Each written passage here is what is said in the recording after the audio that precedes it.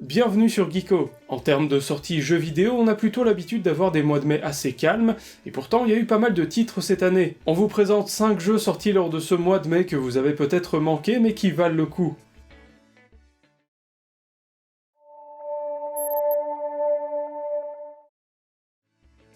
On commence cette sélection avec Getsu Fumaden Undying Moon, la suite inattendue de Getsu Fumaden, un jeu NES sorti en 1987. Tout comme à l'époque, c'est édité et développé par Konami, mais le projet n'est pour l'instant qu'en Early Access. Il s'agit d'un jeu d'action plateforme en 2D reprenant les codes des roguelites, avec une bonne dose de punition. On y incarne un samouraï issu du clan Getsu devant rompre une malédiction. Son scénario n'est malheureusement pas un point fort puisqu'il reste en retrait durant toute l'aventure. Par contre, son ambiance est frappante, notamment grâce au rendu impeccable de sa direction artistique inspirée de l'art traditionnel japonais. Le gameplay est vif et les combats de boss particulièrement réussis. La difficulté est également bien dosée. Les niveaux générés procéduralement manquent cependant un peu de diversité, et la progression de notre personnage se révèle beaucoup trop lente. Getsu Fumaden reste cependant un roguelite plaisant à jouer qui devrait s'améliorer avec les prochaines mises à jour.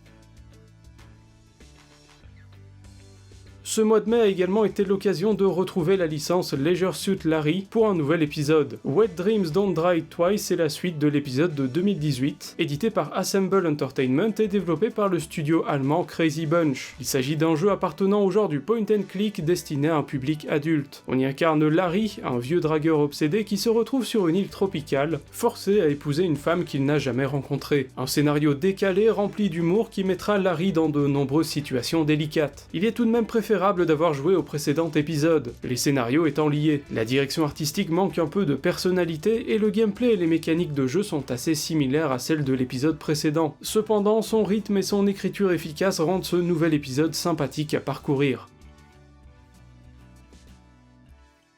On continue avec Solasta Crown of the Magister, le premier jeu d'un studio français nommé Tactical Adventures et formé par des vétérans de l'industrie. Le projet a été kickstarté en 2019 et est disponible depuis la fin du mois de mai. Solasta, c'est un RPG tactique au tour par tour très inspiré de Donjons et Dragons. Il faudra alors créer sa troupe de personnages en choisissant leur apparence, leur race et statistiques avant de partir à l'aventure. Le gameplay très proche de Donjons et Dragons va clairement parler aux amateurs du genre, même si le côté aléatoire des lancers de dés peuvent rendre les combats un peu frustrants. Ceux-ci sont tout de même convaincants avec de la verticalité qui amène une vraie profondeur tactique. Le jeu a tout de même du mal à convaincre dans sa qualité graphique, en particulier au niveau des personnages qui sont parfois pas très beaux à regarder. Solasta propose également un éditeur de donjons, celui-ci est toujours en bêta mais de nouvelles mises à jour viendront l'améliorer dans le futur.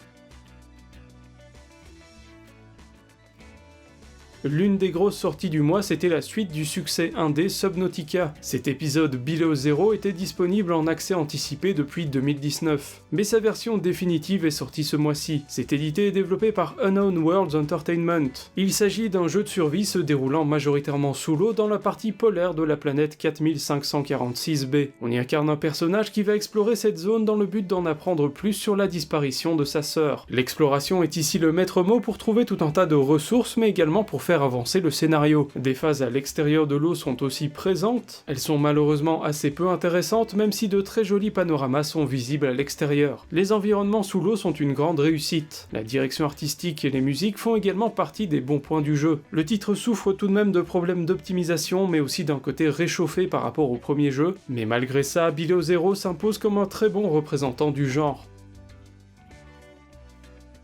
On termine cette sélection avec The Colonist, un jeu de gestion édité par Mod7 et développé par Code by Fire, de son vrai nom Richard Wallis, un développeur anglais. Il était déjà disponible sur PC mais il a débarqué en ce mois de mai sur console. The Colonist nous permet de gérer un petit groupe de robots, ceux-ci ayant décidé de quitter la Terre pour échapper à l'esclavage imposé par les hommes, et ainsi trouver une planète où vivre. Il faudra alors décider de construire divers bâtiments pour assurer la survie des robots. Si le jeu n'est pas bien long, il possède une bonne rejouabilité et le côté plus libre du titre garantit que vos nombreuses parties seront différentes. Il faut toutefois pointer du doigt les graphismes datés du jeu et ses quelques soucis de finition. Accessible aux non-initiés au genre, le titre se révèle assez simple. Les versions console sont évidemment moins agréables à jouer que sur PC, les commandes n'étant pas très bien adaptées à l'utilisation de la manette.